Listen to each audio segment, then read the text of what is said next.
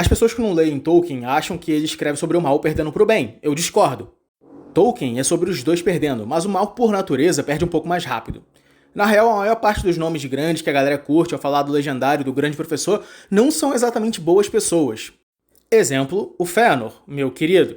A ideia do Tolkien é que o mal é autodestrutivo por si mesmo e raízes podres não dão árvores resistentes. Eu vou encerrar esse vídeo aqui para explicar um pouco dos temas do Tolkien e gerar familiaridade com dois nomes que eu quero falar mais pra frente, Turin Turambar e Fëanor. A natureza do mal em Tolkien é tal que, mesmo que você não seja uma pessoa boa ou uma pessoa do bem, você se sente inclinado a combater o mal. Os meus dois personagens favoritos, não apenas do Legendário, mas de forma geral, justamente são esses dois. Turin Turambar, o amaldiçoado, domador de destinos, e Fëanor, do espírito flamejante. Turin dá pra fazer uns 2 ou 3 vídeos de 10 minutos cada um só explicando a tragédia dele, os ecos que ele tem com narrativas nórdicas e tudo mais, mas o Fëanor dá pra resumir em 1 minuto ou menos. Como homem, como elfo, ele só tem 3 tipos de pensamento. Eu quero fazer uma parada foda, aí Silmarillion, não encosta na minha parada foda, e você encostou na minha parada foda, irmão, e agora eu vou ignorar os limites da proporcionalidade, sanidade e autopreservação pra fazer você pagar. Fëanor chamou deuses pra cair na porrada porque eles ousaram encostar na sua parada foda. Ele é o único elfo a ficar de castigo na cadeirinha do pensamento na Mansão dos Mortos. É a única criatura em toda a criação a receber uma dispensa especial da Ordem Natural porque Deus achou de bom tom deixar ele de castigo até ele se arrepender ou acabar a eternidade, o que vier primeiro. E a morte térmica do universo tá chegando muito mais rápido do que um pedido de desculpas do Elfo Rubro. Ele tem muito mais a ver com os anões de Warhammer do que ele tem a ver com elfos, tanto em Warhammer, quanto no resto do legendário do Tolkien, quanto na maioria dos universos que eu acompanho ou leio. Eu tô me segurando muito pra não desviar do assunto, porque se deixarem eu falo do Fëanor por tipo 20, 30 minutos, é o meu personagem favorito, ele é basicamente um herói de tragédia grega perdida no meio do legendário do Tolkien. Mas ainda assim, ele lutou com Morgoth, o primeiro e maior Senhor das Trevas. Ainda assim, ele lutou com o mal onde quer que ele o encontrasse, e o seu destino foi a morte, mas que abriu uma brecha para que Morgoth fosse destruído. Turin, com seus momentos finais, teve a mesma coisa, foi o responsável pela queda de uma das maiores ferramentas de Morgoth, o dragão Glaurung. Apesar de violento, voluntarioso e autodestrutivo, tanto o filho de Húrin quanto o Fëanor foram responsáveis pelo enfraquecimento notável do primeiro inimigo e pela capacidade dos elfos e homens de resistirem. Porque é da natureza do mal galvanizar pessoas que não são mal com M maiúsculo ao redor de qualquer causa que lhes cause problemas. Ficou muito confusa essa frase. Mal faz pessoas neutras ficarem boas, temporariamente. Basicamente isso.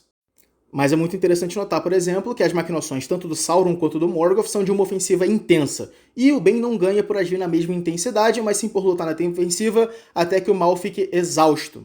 O bem ganha por curar, resistir, se preocupar com civis e tratar toda a guerra como uma maratona. Enquanto o mal trata tudo com 100 metros rasos. Ele gera grandes estragos por focar em resultado imediato e numa sedução falsa de fácil poder que vem de usar apetrechos externos ao invés de colocar um valor intrínseco na própria luta.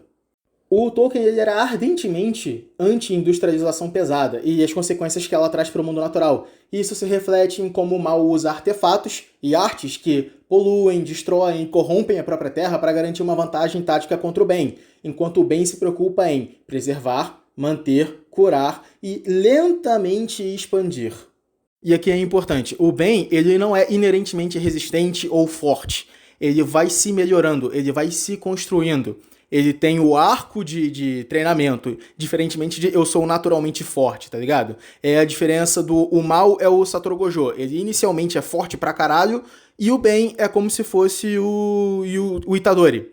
Ele vai ficando forte ao longo do tempo ao interagir com outras pessoas e ao mostrar que ele consegue superar as coisas que são jogadas no caminho dele. O mal é uma explosão violenta, o bem é um fogo de cozinha, ou um fogo de forja, já que nós vamos utilizar muito a analogia de forja quando nós formos falar do Fëanor mais pra frente. Eu acho que a única vez em que o bem agiu com real intensidade, igual o mal faz, numa única grande explosão, foi quando os Valar foram enviados pra Arda, ou seja, pra Terra, pra destruir Númenor. E a coisa foi feita de forma tão absurda que a própria realidade foi irrevogável e drasticamente modificada. O bem não faz isso, ou seja, não luta com a mesma intensidade, porque o bem luta para preservar. Porque a sedução de utilizar a força para tudo e a sedução de simplesmente começar a escalar a violência é muito grande. A própria Galadriel levanta esse ponto quando ela fala o quão fácil seria para ela virar uma senhora da alvorada, bela e terrível como o sol. Eu me caguei nessa parte durante o filme, eu não vou negar não. Mas a parte importante é que as pessoas acham que o Tolkien escreve sobre heróis, ou gigantescos e bombásticos, ou pelo menos extremamente fortes, como Túrin Turambar, assim como Fëanor, como Aragorn e Legolas, apoteóticos e munificentes.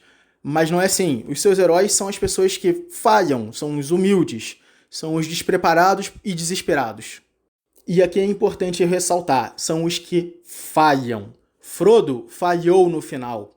Não por uma falha de caráter própria. A tentação do Anel era, realmente poderosa demais até para outros Maiar dentro da Fenda da Perdição. Mas o seu amor pelo Condado, pelo Bilbo, pelo Sam, pelos amigos da sociedade fizeram com que ele chegasse até a Fenda. E foi a sua bondade, a sua misericórdia com Sméagol que fez com que ele tivesse um papel primordial na destruição do Anel. Foi a vontade de proteger que levou ele até lá, e não a capacidade de destruir. Mais um que falhou, Celebrimbor. Ele foi utilizado como estandarte pelo Sauron. Ele foi empalado e humilhado, e seus momentos finais foram horríveis. Gil-galad e Elendil morreram antes de matarem Sauron, que em sua arrogância e autodestruição acabou deixando Isildur destruir ele. O bem perdeu, nitidamente ali, antes do mal expor a sua arrogância, e ele se destruiu logo depois.